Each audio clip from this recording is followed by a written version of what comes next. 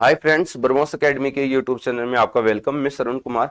काफी स्टूडेंट को सैनिक स्कूल की काउंसलिंग को लेकर समस्याएं आ रही थी, तो सभी प्रकार की समस्याओं का सॉल्यूशन हो चुका है। काफी स्टूडेंट सैनिक स्कूल की काउंसलिंग कर भी चुके हैं और कुछ स्टूडेंट नहीं कर पाए हैं, तो वो ये काउंसलिंग कर लीजिए।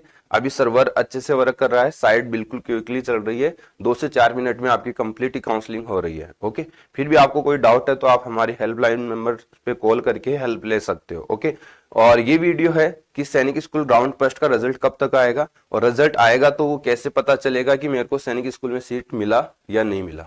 तो इस पे हम इस वीडियो में डिस्कशन करने वाले हैं। एंड सैनिक स्कूल, मिलिट्री स्कूल का किसी भी प्रकार का अपडेट होगा, आप हमारे यूट्यूब के माध्यम से आप तक पहुंचा दिया जाएगा। तो आप हमारे यूट्यूब पे बने रहिए, चैनल को सब्सक्राइब करके रखिए। ओके, और जो स्टूडेंट सैनिक स्कूल, मिलिट्री स्कूल, आरएमसी की एंट्रेंस एग्जाम की प्रिपरेशन करना चाहता है वो हमसे जुड़ सकता है। अभी एडमिशन ओपन है। हमारी जो सिलेक्शन रेट है वो 50% प्लस है। ओके, तो आप हमारी फाउंडेशन पर आके विजिट कर सकते हो, हमसे मिल सकते हो। ओके, तो चलिए हम स्टार्ट करते हैं विदाउट टाइम वेस्ट किए हुए। सबसे पहले आप सभी स्टूडेंट को इस वेबसाइट पे पहुंचना है। ओके, जैसे शेड्यूल आप देख रहे होंगे, तो शेड्यूल भी थोड़ा अपडेट कर दिया गया है। यहाँ 2 दिन बढ़ा दिया गया है ई काउंसलिंग का। ओके, तो आपका जो फर्स्ट राउंड की जो रिजल्ट आएगा वो आप ये समझ के चलिए कि 29 मार्च से लेके 31 मार्च के बीच में आपको रिजल्ट मिल जाएगा। ओके, जैसे इसमें अपडेट भी कर दिया जाएगा, यदि आगे पीछे भी होता है जो भी अपडेट होगा वो इसमें बता दिया जाएगा। ओके, लेकिन ये अपडेट आपको आज और कल नहीं मिलने वाला है, क्योंकि 2 दिन का हॉलीडे है।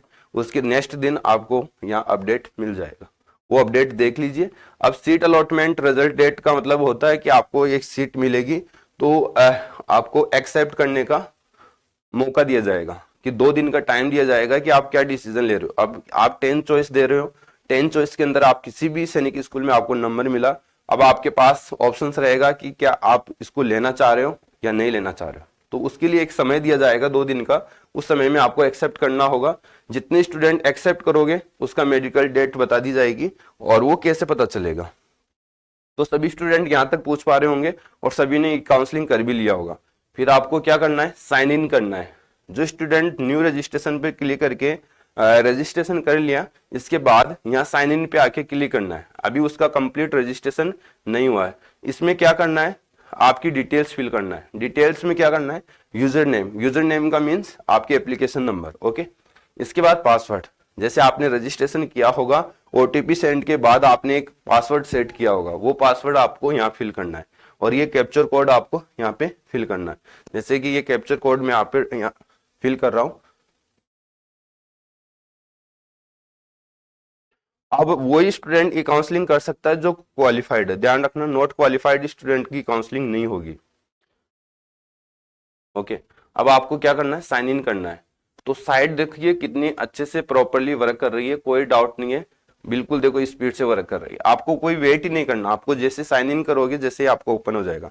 अब जो स्टूडेंट सैनिक स्कूल की काउंसलिंग किया होगा, कर चुका, वो उसको भी ये कंप्लीट चीजें समझना है। जिसने नहीं किया है उसको भी समझना है।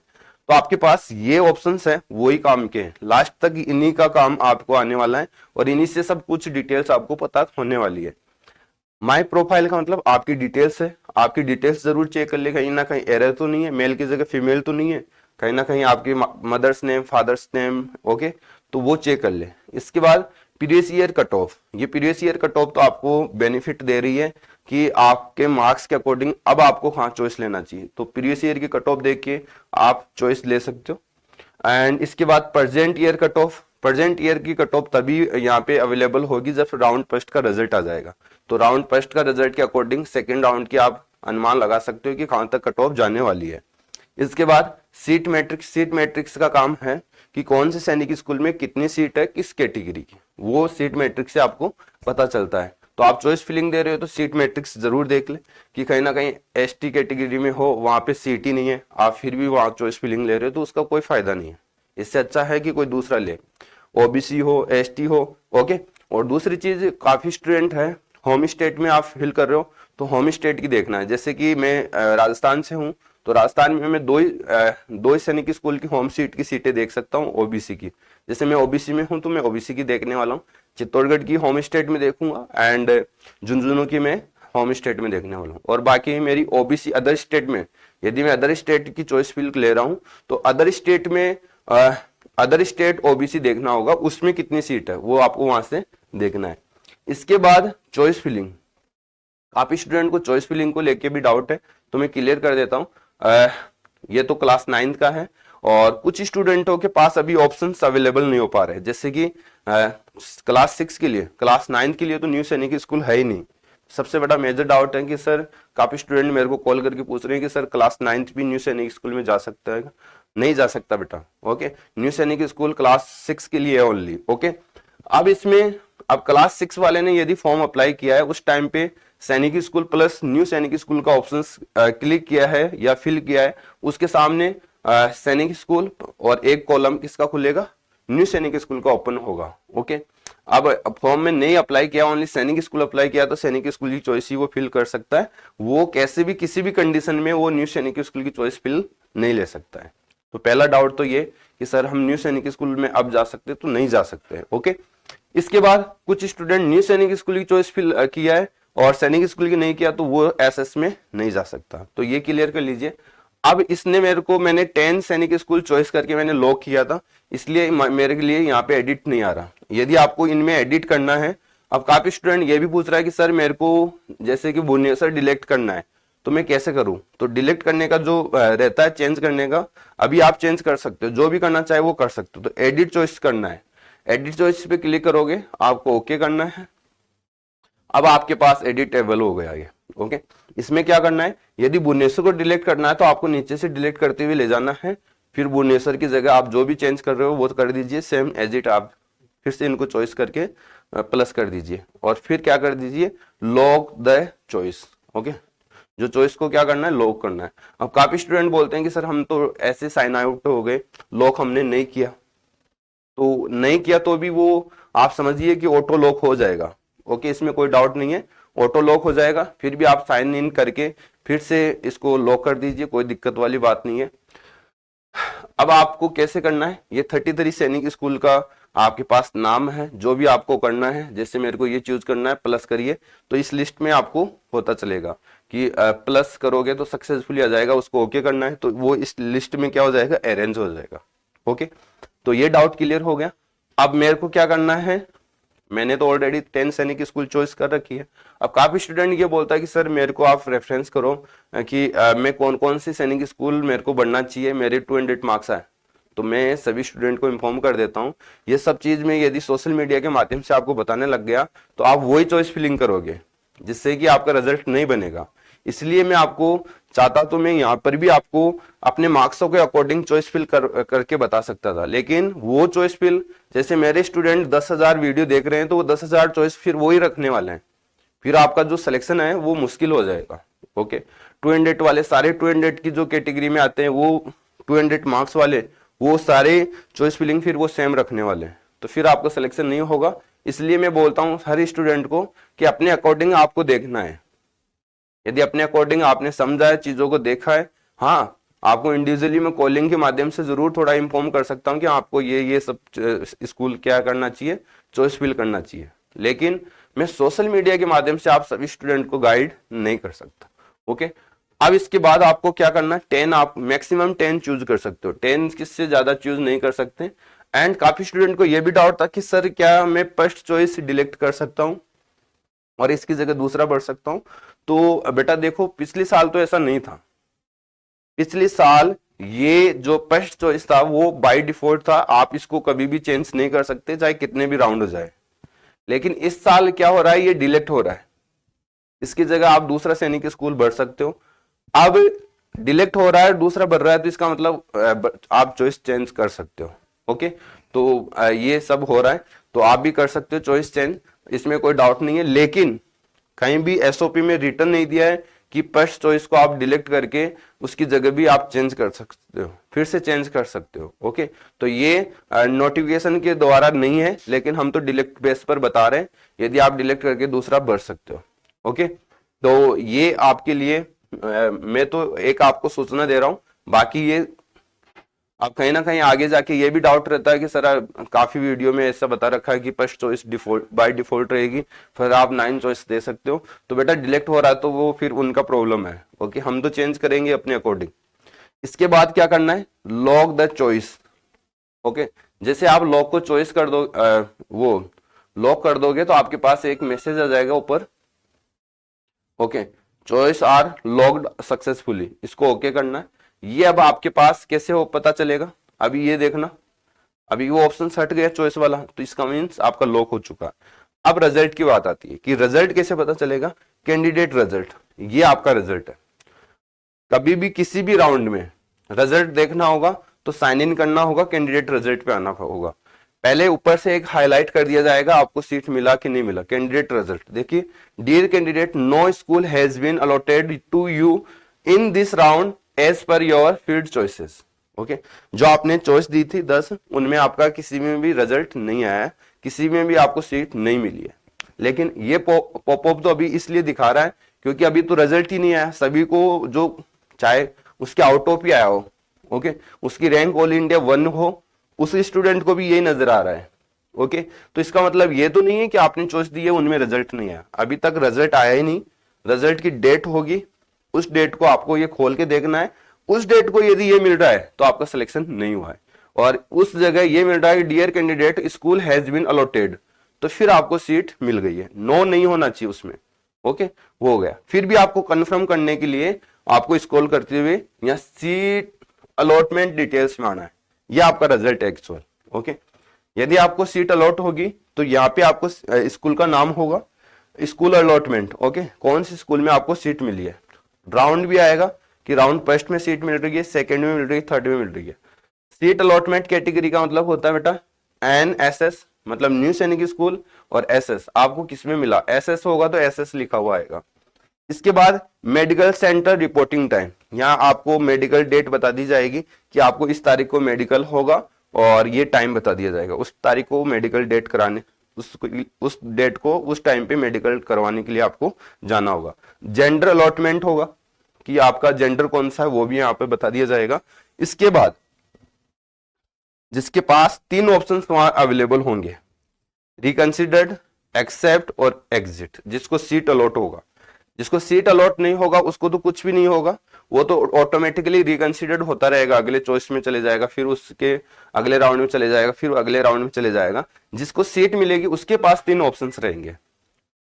अब वो ऑप्शंस उसके पास 2 दिन का टाइम दिया जाएगा कि आप सीट लेना चाह रहे हो कि नहीं लेना चाह रहे हो। अब काफी स्टूडेंट ऐसे होंगे कि हम कुछ भी नहीं करते हैं, तो कुछ भी नहीं करोगे तो आप रिकंसिडर्ड हो जाओगे। रिकंसिडर्ड का मतलब समझते हो बेटा, अगले राउंड में चले जाओगे। और एक्सेप्ट कर लोगे तो आपका वहां के लिए आपको सीट फिक्स हो गई, आप वहां मेडिकल करवाइए, डॉक्यूमेंट्स वेरिफिकेशन करवाइए, और आप रिकंसिडर कर दिए तो आपने सीट मिली थी, उसके आप रुचि नहीं दिखा रहे, आप नहीं लेना चाहते हो, आप अगले राउंड में दूसरे सैनिक स्कूल में आप जाना चाहते हो, तो वो रिकंसिडर्ड से जा सकते हो। एग्जिट का मतलब आप परेशान हो गए, नहीं मेरे को तो कहीं नहीं जाना, मैं तो इन काउंसलिंग वगैरह कुछ नहीं करवाना चाहता, तो एग्जिट पे दबा के आप परमानेंटली काउंसलिंग के पोर्टल से हट सकते हो।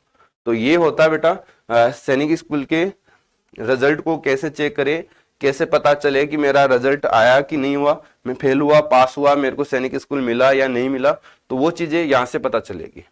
ओके, अब आपका ये डाउट नहीं रहना चाहिए कि सर मेरे को पता कैसे चलेगा कि मेरा सिलेक्शन हुआ या नहीं हुआ। अब आपको रिजल्ट का वेट करना है, 31 मार्च तक आपका रिजल्ट आ जाएगा राउंड फर्स्ट का। ओके, इसके बाद 1 से 5 मार्च के 1 से 5 अप्रैल तक आपका मेडिकल डेट आ जाएगा, और ये प्रक्रिया 10 अप्रैल तक पूरा कंप्लीट हो जाएगा फाइनली सिलेक्शन तक। ओके, उनका एडमिशन भी हो जाएगा, फीस जमा भी हो जाएगा 10 अप्रैल तक का राउंड फर्स्ट का। ओके, तो ये है। इसके बाद काफी स्टूडेंट प्रॉब्लम में आ रहे हैं, लिस्ट ऑफ डॉक्यूमेंट्स कि सर क्या क्या डॉक्यूमेंट्स चाहिए। ओके, तो बेटा यहाँ ये डॉक्यूमेंट्स लिस्ट दे रखी है। सबसे पहले तो आप इसको डाउनलोड कर ले। ओके, मतलब डॉक्यूमेंट्स लिस्ट को डाउनलोड कर ले और इसको अच्छे से जान ले। यही आपके डॉक्यूमेंट्स हैं, ये आपको सारे डॉक्यूमेंट्स बनाना है। ओके, अब ये डॉक्यूमेंट्स इसलिए जारी किया है कि आपके पास ये कौन कौन सा है कि नहीं है, वो आप टिक करके अपने आप से भी जान सकते हो। क्या provisional admission letter from all India Sainik school admission counselling 2024। ये अभी तक आपके पास नहीं है। क्यों नहीं है? क्योंकि आपको सीट अलॉट होगी उसके बाद ये डाउनलोड होगा आपके पास। जैसे कि आरएमएस में क्वालिफाई हो जाता है तो उसके देन उसका इंटरव्यू लेटर डाउनलोड होता है। उसी प्रकार से सैनिक स्कूल में क्या होता है, प्रोविजनल एडमिशन लेटर डाउनलोड होता है। ओके, वो all India Sainik school admission counselling portal, जहां हम काउंसलिंग कर रहे हैं वहां पर ही आपको ये डाउनलोड होगा, वो आपको चाहिएगा।